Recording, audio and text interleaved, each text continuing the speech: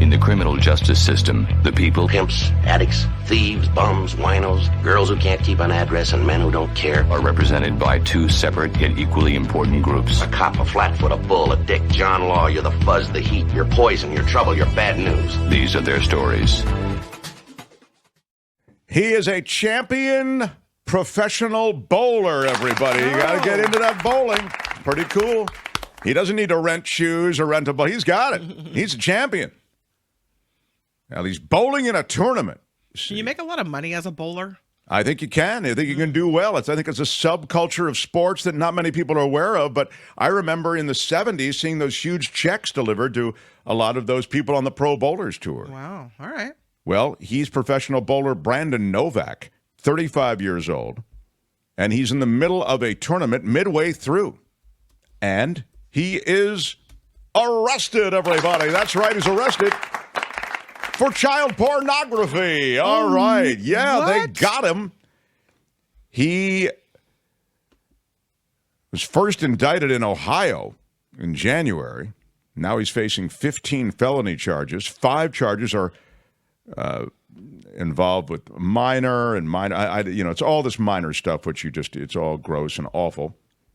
But he was arrested midway through his second game at the 2024 U.S. Open, and it was in Indianapolis.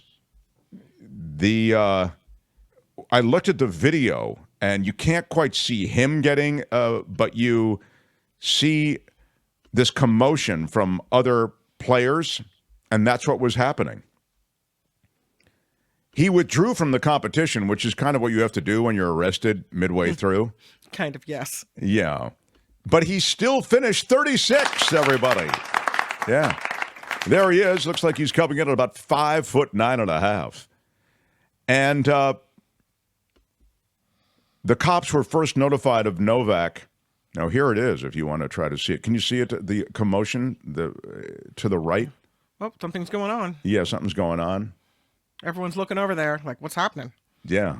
But if they don't stop bowling, when you're focused. They're going to keep Look how those good these balls. guys are. Everybody rolls strikes. It's crazy.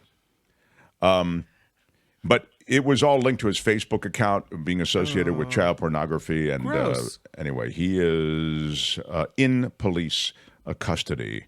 Meantime, the Illinois judge who reversed a rape conviction is removed from the bench after a panel finds that he circumvented the law completely.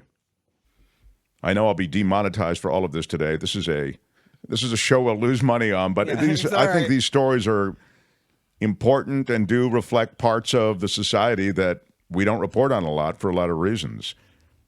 But this is a judge who really sparked outrage in the community because there was a guy convicted of rape involving a 16-year-old girl. And it was bizarre that he reversed the decision. Essentially, he said, I think it's fine with just time served, even though the judgment was for there to be way more than that. How much time had been served? I believe it was 100 and, let me just look here. The convicted rapist engaged in multiple instances of this, and the judge was removed from the bench. The state judicial inquiry filed a complaint against the judge saying that the 148 days, in answer to your question, that the dude had spent in jail was punishment enough. This is against a 16-year-old girl. Are you kidding me? And the person convicted was supposed to have a 4-year sentence. Okay. Which isn't even enough. And not that a sexual assault of a grown woman is any different than a 16-year-old girl, but I'm just saying, like, that's awful. That's of course. I couldn't agree more. It's the guy, his name is Drew Clinton, the guy who was he was 18 years old when the thing happened. And it's brutal. I agree. And there's the judge, Robert Adrian.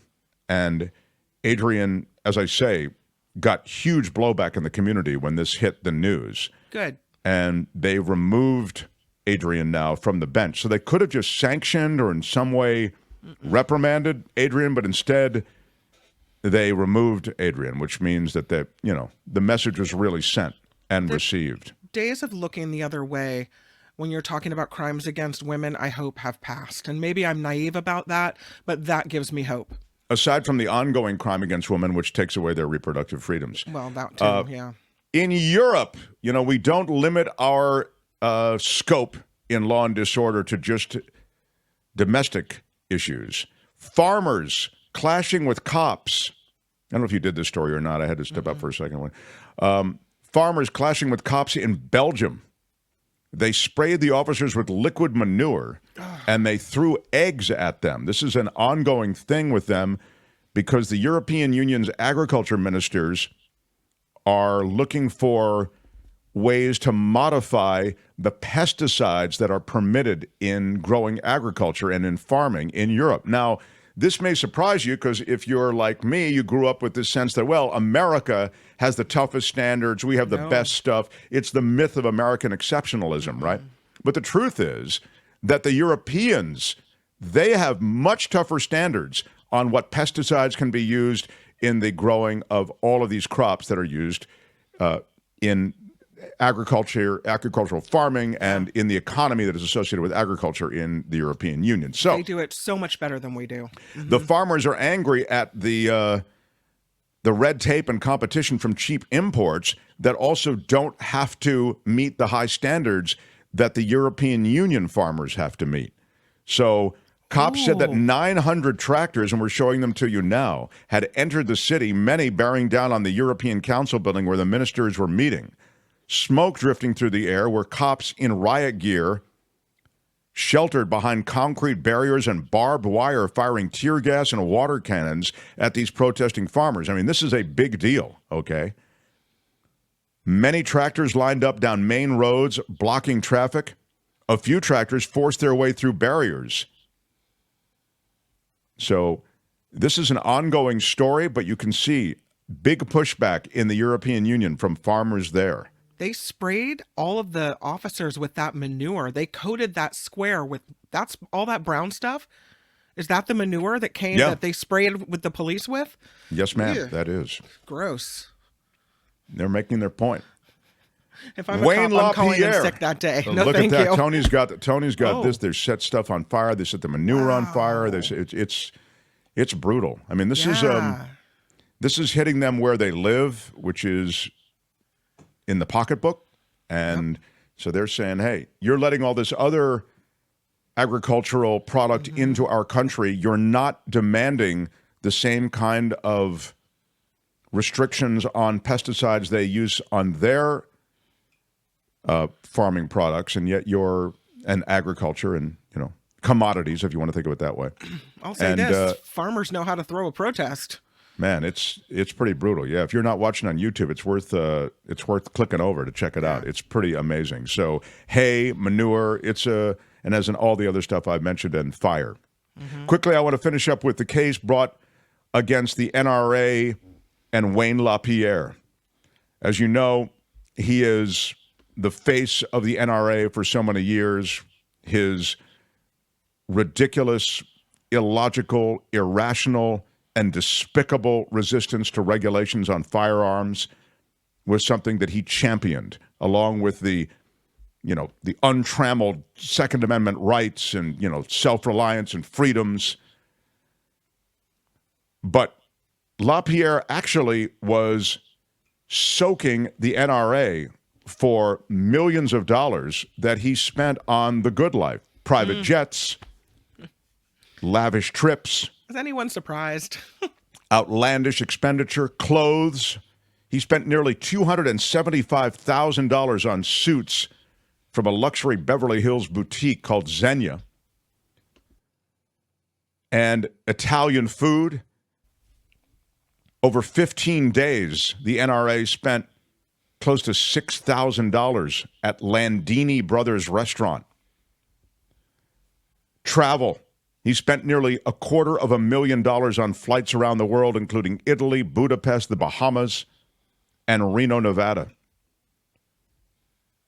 His NRA-paid vacations were filled with stuff like this: He stayed on a super yacht, had a personal chef and personal watercraft.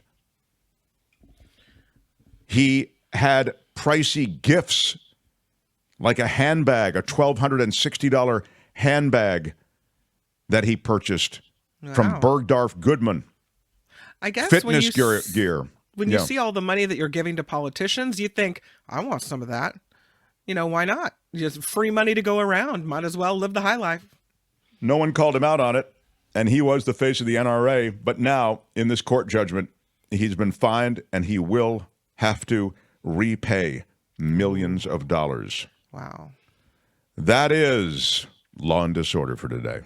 Tune in again next time for more Law and Disorder on The Mark Thompson Show. All right, that's it. Let's roll. Hey, let's be careful out there.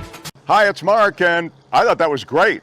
Hit the notification bell. You'll know whenever there's a new video being dropped, and please subscribe to our channel to help us save the universe.